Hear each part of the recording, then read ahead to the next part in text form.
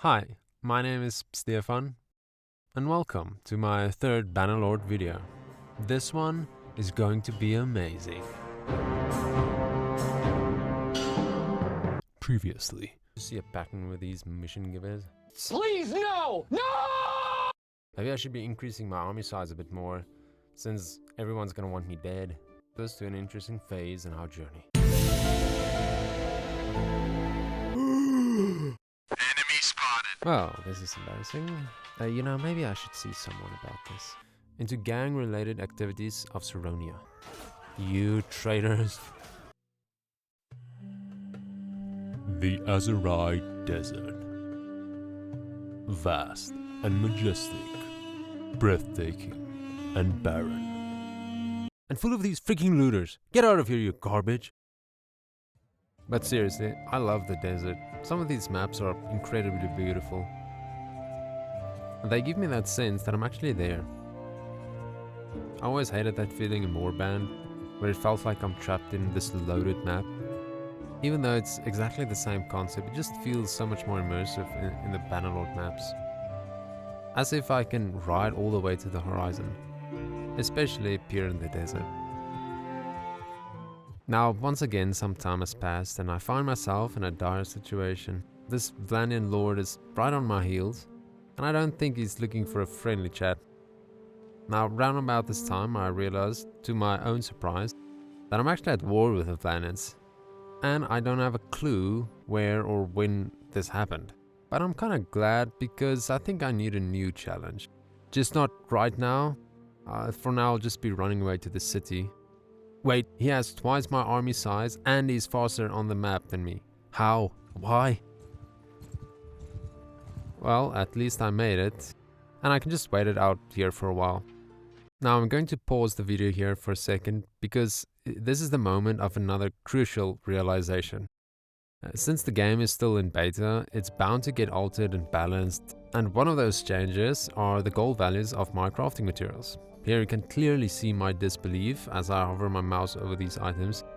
I could have sold these units of fine steel for easily 1,000 gold pieces each, at the right places of course, and now it's worth 86, really? And just look at how much I have of this stuff. Wow, I seem to be quite baffled here. Now I do some further investigation at the city, and I find this two-handed sword that I actually own myself, and it has had its value increased by about 30 times. Now that would be very saddening if I wanted to buy one, but since I own one, I think I'll be selling mine for one huge profit. So yeah, it's a bit of a bonus after I lost a lot of gold to my crafting materials, and I'll probably just use them for what they're actually intended for, crafting weapons. Another very welcome surprise is a new bow that they added to the game. It's called the Noble Longbow, which is kind of pricey, but not really. I mean, just look at this thing's stats, it's a freaking beast. For the time being though, I can't use it even if I bought it. There is this specific skill that I would have to upgrade that allows me to use any bow on horseback. So you can't just use a longbow on horseback from the start. So a bit later on, when I get to a skill level 125 for riding, that's when I can actually do it. Which isn't too far actually. And this has got me quite excited, because being a horse archer, especially with a longbow, is probably the biggest selling point of Mountain Blade to me personally. I find this medium-sized party of looters, and I'm sure they wouldn't have a problem with helping me level up my riding and archery, so that I can get that sweet new bow. Come on guys, don't be shy. Why you bully me? So a bit later on, as I near the level 125 mark for riding, which will give me the ability to use my glorious new bow, it's this moment right here as I slightly stab this guy with my lance. That's it, I just poke him with my lance. I don't even get a kill, and poof, all of a sudden, I can use a brand new bow on horseback. Don't you just love how games work sometimes? So the moment has arrived and I've upgraded my bow expert ability. I look for some targets to test it with. Good sir, a moment of your time please, if you don't mind. Now see, I've bought this new bow and I need someone to shoot it with. Why you bully me? And then, nothing. I can't switch to my new bow. Turns out it's a bit of a bug of sorts. All hope is lost, it seems. I mean, what now? Mods. Just to keep things fair, I install a mod that makes me able to use any bow on horseback. So it's essentially just the skill that I leveled up. I install a few other mods to also enhance the experience somewhat. Nothing over the top just yet. Another special one that I was looking for even from the start of the game is a smithing mod. And this one makes it so that I can just keep on smithing forever without having to wait in town for any period of time. It really annoyed me that I had to wait in a town to keep on smithing. That just doesn't make any sense really. I'd rather just pay the smithy a fee for using it, or some some other sort of that would just make a lot of more sense. Either way, I'm very happy with this mod, and my smithing skill is going up faster than ever. All those materials that I won't get a profit for anymore will have a purpose after all. Besides the levels that I gain and new crafting components that I unlock, smithing is actually quite lucrative. At this stage, I can sell a 200 sword anywhere from 2,000 to 4,000 gold pieces. Now that I have my bow and my new mods, I'm ready for war. And so is the Vlandians. They are popping off. They are clearly the largest faction at this time. Wait, where did the Sturgians go? And the Britannians. I only see it now for the first time, but they are basically gone altogether. Man, I really have to pay more attention to what's going on around me. So I have a reasonable army in terms of size, but also quality. I have strong-ish infantry to frontline and a few strong horsemen, and just a slew of random units that I acquired from who knows where. Most are probably prisoners that I recruited after I captured them. And I feel this is quite enough to take on some of the smaller groups of Vlandians. The Vlandians are very much focused on infantry, which will no doubt make them weak to cavalry. I set off to the Vlandian border as it keeps expanding, just to get an idea of what's going on. If I find a Vlandian army that I feel I can take on, I will probably do so. Now you can see on the map that the Northern Empire probably did the most damage to Sturgian, and I think the Vlandians just demolished the Britannians. On the edge of the Vlandian territory, northeast of the city of Legata, I spot two small armies that could very well be within my capabilities if I fight them separately. Luckily, they are on opposite sides of me. They kind of go back and forth trying to engage in battle because they also know that they have to fight me together. I managed to chase the smaller army of Lord Pedrick down since his soldiers are mostly on foot. Here I was hoping to get some sort of charge out of the enemy just to make it a bit more fun. But they just decide to make some sort of circle formation with a few crossbowmen in the center. And honestly, this makes it easier for me, I think. So as the infantry close in on the enemy, we all charge in. I don't really get a good charge with the cavalry, but since they hit at the same time, that's fine. That's just the important part. And we pretty much just overpower them. They really don't have the strongest of units, and I took out quite a few with my bow, so the numbers were quite low in comparison from the start even.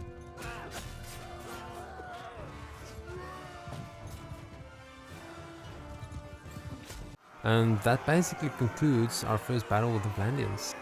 This was a decisive victory, I gotta say, more so than I thought it would be. Unfortunately, they end up killing 10 of my units, all in my infantry squad, but this is honestly as good as I can ask for, I think. And besides, I can replace them fairly easily, especially since I'm getting a lot of prisoners here. So I'll just wait a while and recruit from them. Also capture Lord Pedrick, and I'll sell him for quite a few pieces of gold, I think. The other benefit of fighting a large battle like this is that my troops get some good experience. So I can actually upgrade quite a few here, which already mitigates some of the losses I just incurred. After the battle, I take some time for me and my men to recover by heading east into the Northern Empire's territory. After visiting the city of Epicrotia, I am spotted by Lord Fiarat's party. Under normal circumstances, I would take this fight. But since some of my men are still injured and I haven't recruited any new troops, I'll just have to avoid this one for now. Which isn't very hard since he got completely distracted by this party of looters. Man, I sure know how that feels. I've had my fair share of struggles with that addiction. Man, this war seems to have done a number on Lord Tarek. He's just overlooking this cove in despair, probably having lost his army and all will to live. He isn't even there mentally. Look, there's just nothing. As I make my way deeper into Vlandian territory, I find Lord Sign, and his army, which is bigger than mine. He will probably regard my actions as a crime, but to that I say, Lord Sign, all I know is to cross the line. At first I thought he was running away from me, which was strange, because he's clearly got the numbers advantage. But as I get closer, he actually turns on me, so clearly he's not scared. Or wise, for that matter. From the campaign map, I can see that Lord Sign himself isn't even on horseback. This is going to be juicy. So he's got 1.5 times my numbers, but look at the odds. It's handily in my favor, so I think we got this one. I am anticipating a charge from the enemy, which is their best shot here again, but at least I have enough time to get my troops into better positions. I'll just let them come into reaching distance of my infantry and then hit them from the side with my cavalry. The cavalry will hit first, but that's fine. They can get away more easily, and I just want to see if I lose less troops this way. And wow, their lines are completely disorganized and especially weak to a cavalry charge. They would have to make very good use of their spears to even stand a chance.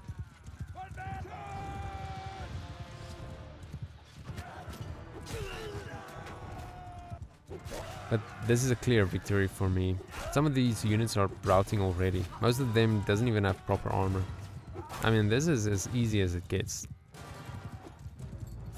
I lost 2 units. 2. Total. That's nothing. And 7 knocked unconscious, but we'll get them back up. I plundered a total of 187 gold. Damn, I knew this guy was broke. Any enemy still alive, I'll take as prisoners. I take all the loot and I'll sell this for some income later. Not much, but it's something. Not long after my victory, I get chased by another Vlandian lord. We go back and forth, and he clearly doesn't want to fight with me, but he manages to waste enough time until a bigger force arrives. So I book it out of there immediately, and again, this force is twice my size, but seems to actually be faster than me. This is clearly not the bottom of the barrel that I've dealt with so far from the Vlandians. Okay, now I'm running. These guys aren't joking around. Running straight through Vlandian territory clearly wasn't a smart idea. Luckily, they don't gain on me, so I should be safe. With a sigh of relief, I make it to the castle of Ataconia. Clearly, the Vlandians are not happy with my behavior, and I should probably be a bit more careful. I decide to pop into the city of Amititis to sell this loot that I got from my victory. 5,000 gold pieces is a good chunk of change for loot. That's proper money actually for this garbage that I'm selling. I bought myself 2 pet hogs, and me and them are very excited for them to start a family together. You know, it's such a beautiful thing, this love between hogs or humans or whatever. You know, it's just beautiful, and it's so nice to have hope in these times of war, even if there are only hogs. It just brings a tear to my eye. Oh no. I come across the Northern Empire laying siege to Kuzat Castle. Momentarily, just southeast of there, I come across a Kuzite army laying siege to a Southern Empire city. I bet somewhere a Northern Empire and Southern Empire are laying siege to each other as well, because this is convoluted as hell. And then, as if it isn't enough, a large Vlandian army is marching straight through all of this, clearly not interested in me. And then I spot the straggler army, no doubt trying to catch up with him, but I will need to have a chat with him first. Oh, he seems to want a piece of me. Obviously, word of my decisive victories has not yet reached his ear. No matter, I will make quick work of this heretic. Oh, sorry. I've been taking a dive into Warhammer lore, and I think it's spilling over a bit. Anyway, now it's starting to be clear with these types of armies. They have no cavalry and no defense against my cavalry. Also, mediocre troops at best. So I'll just charge them. Warrior, onward!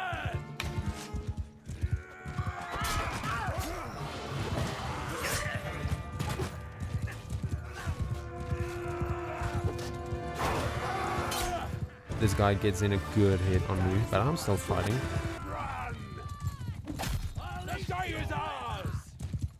A great victory. Another lord is my prisoner. Some loot to sell, acquire a few more prisoners for recruiting later on. This war with the Vlandians is going splendidly. I haven't sold everything from the recent battles. I keep the weapons for smelting. I will use them to get some crafting materials for perhaps a few two-handed swords, which I will then sell again for a bit of a profit. So not just levels from smelting and crafting, but also some gold. Fabulous. A few days later, as I move more north, I spot the Vlandian army from earlier laying siege to this Kuzite city of Umbrella, which initially belonged to the Northern Empire and now probably will have another new owner shortly. This isn't much of concern to me though, until I spot a lone Vlandian army coming straight towards me. This army might be a bit of a challenge. I don't know this lord, but I've got this feeling his troops are better equipped for this battle than previous Vlandian lords. I do some scouting. As I suspected, they have more spears and clearly more cavalry.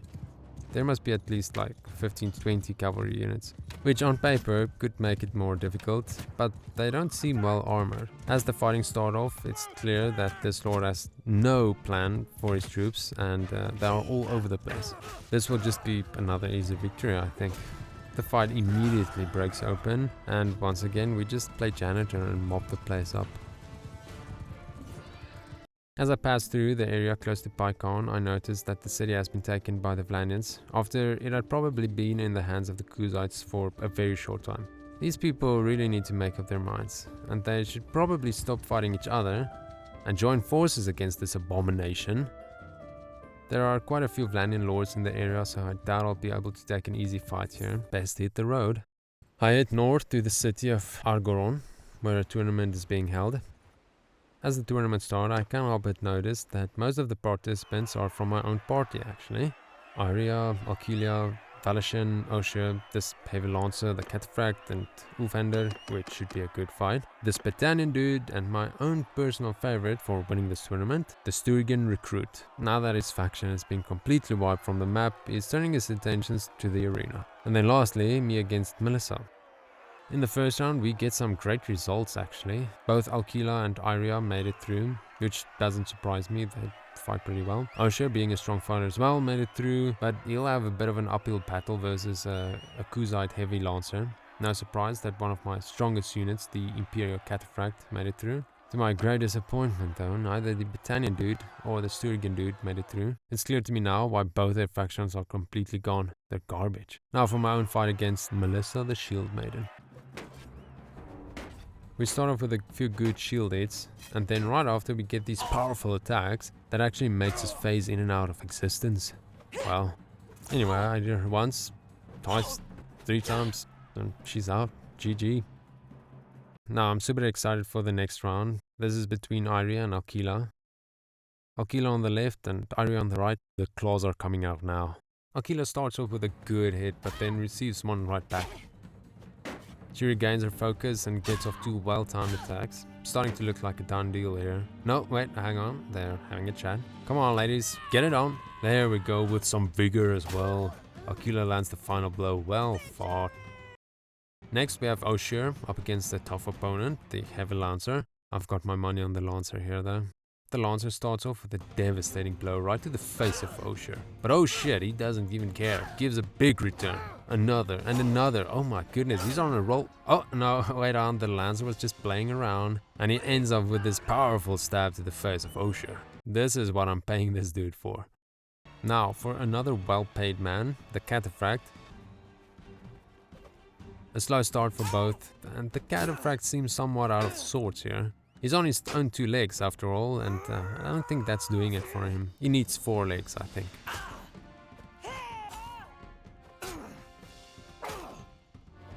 And there it is, not able to pull it through. In the last round of 8, I face Zemina. I'm not quite sure who she is, but I'm sure she's about to get wronged once more. Oh my goodness, she is crazy, no helmet, hacking like a mad woman. I'm scared.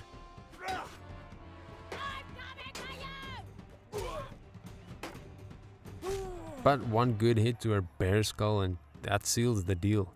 Freaking crazy lady. For the semi-final we team up, the men against the women. This will be epic. But I think the Lancer and I got this. I decide to put away my javelins so that we can take Alkila together. She's a strong fighter, but this works well and we finish her off. I get in a good hit, followed by a great block. That would have been my head. A well fought round from both of us. I think this is just deserving that me and the Lancer made it to the finals.